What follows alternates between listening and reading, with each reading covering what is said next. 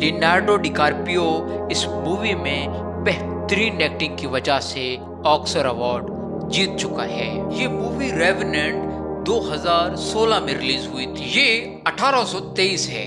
American शिकारी clause अपने बेटे हुक के साथ एक ग्रुप जिसका नाम ट्राइपर था उसमें काम करता था।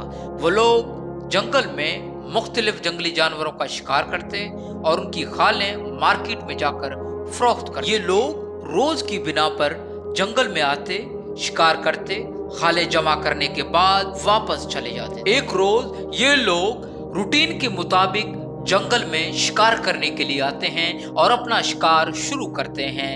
इतने में इन पर एक जंगली कबीला जिसका नाम अकीरा था हमला कर देता है। इस हमले की वजह ये थी कि इस जंगली कबीले अकीरा के सरदार की बेटी अगवा हो जाती है। वो ये समझते हैं कि उनकी बेटी को इन शिकारियों ने अगवा किया है। इस हमले में ट्राइपर ग्रुप के काफी लोग कत्ल हो जाते हैं। इस हमले के दौरान क्लॉज सारे लोगों को एडवाइस करता है कि दरिया की तरफ बढ़ो, दरिया में खड़ी कश्ती पे सवार हो जाओ ताकि हम यहाँ से जान बचाकर निकल जाएं। अब इनमें से जो लोग जिंदा बचे थे उस कश्ती की तरफ भागने लगे। कुछ लोगों ने तो अपने सालें भी उस कश्ती में सवार कर दी। अब सारे लोग कश्ती में सवार हो गए। कश्ती कप्तान हेनरी की क़यादत में रवाना हो गया। अब कुछ ही आगे जाने के बाद क्लॉज कप्तान हेनरी को एडवाइस करता है कि हमें इस जंगल में रुकना चाहिए। अगर हम आगे बढ़े तो वो जंगली हमारा पीछा करते हुए हम तक आ पहुंचेंगे और हम सबको खत्म कर देंगे। मगर ये एडवाइस जॉन को पसंद नहीं आता।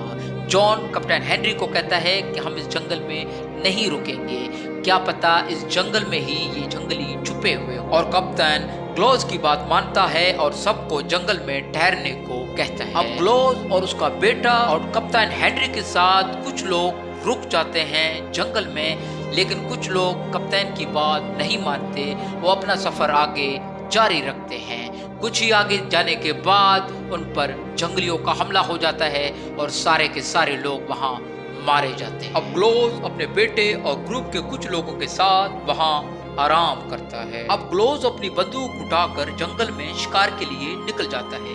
कुछ ही आगे जाने के बाद उसे दो भालू के बच्चे नजर आते हैं जो खेल रहे थे।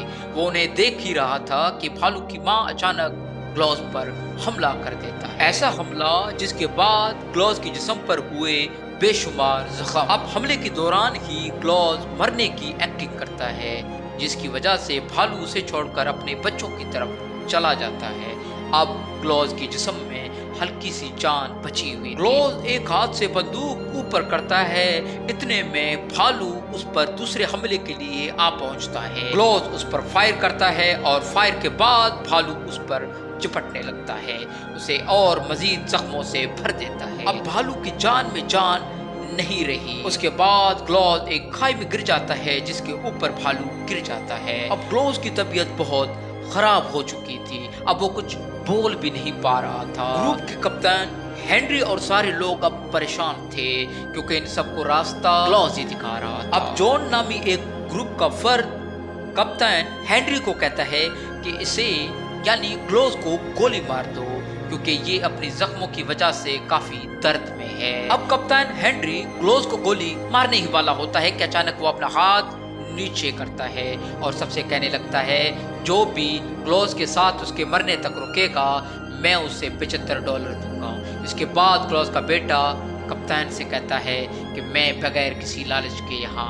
रुकूंगा। अब क्लॉज के बेटे हुक का दोस्त जिम भी यहाँ रुकने को कहता है, मगर जॉन कप्तान हेनरी से कहता है मुझे $100 दोगे तो मैं यहाँ क्लॉज के मरने तक उसके साथ रुक जाऊंगा। अब कप्तान हेनरी जॉन की ये बात मान लेता है और अपना सफर आगे जारी रखता है। अब इस बर्फीली जंगल में क्लॉज के साथ जिम, जॉन और उसका बेटा होक ठहरे हुए थे। अब ये लोग जहाँ ठहरे हुए थे उसके करीब ही दरिया था।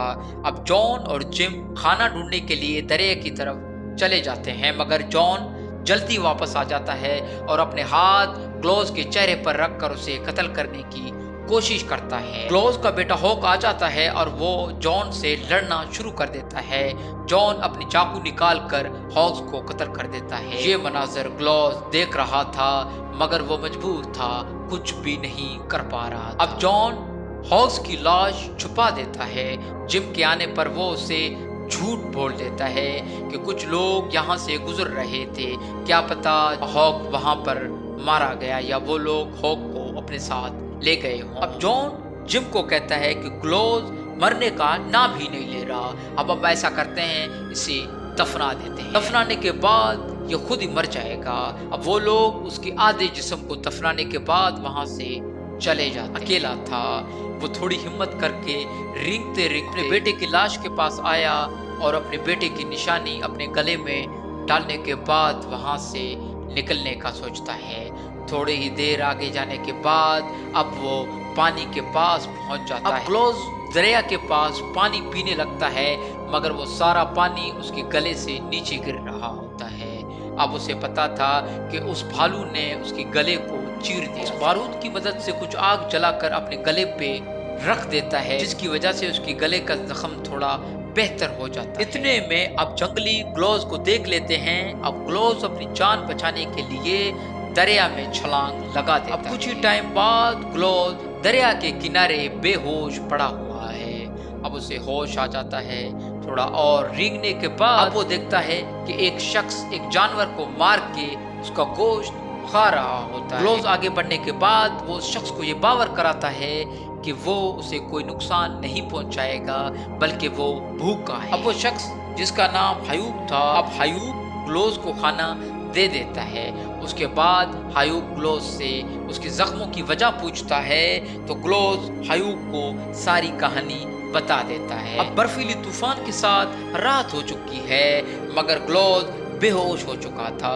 अब हयूब कुछ लकड़ियां जमा करके रहने के लिए एक झोपड़ी बना लेता है। वो क्लॉज को इसके अंदर सुला देता है। उसके बाद सुबह होते ही हयूब क्लॉज के जख्मों का कुछ इलाज करता है।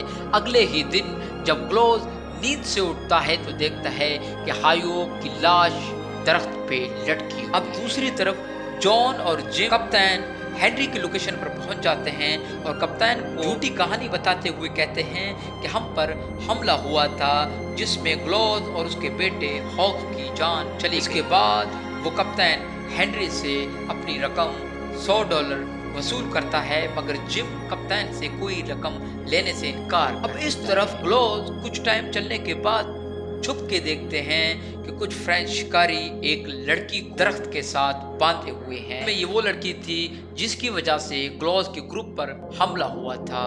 ये लड़की जंगली कबीले के सरदार की बेटी। एक शख्स उस लड़की पर ज्यादती कर रहा था तो छुप कर क्लॉज आगे बढ़ने के बाद उस शख्स को कत्ल कर देता है और उस लड़की को घोड़े पर सवार होने के बाद आजाद कर देता है और खुद भी घोड़े पर चढ़कर वहां से निकल जाता है। अब कुछ ही अरसे आगे जाने के बाद क्लॉज पर दोबारा जंगलियों का हमला हो जाता है जिस पर क्लॉज अपने घोड़े पर चढ़कर रवाना हो जाता है।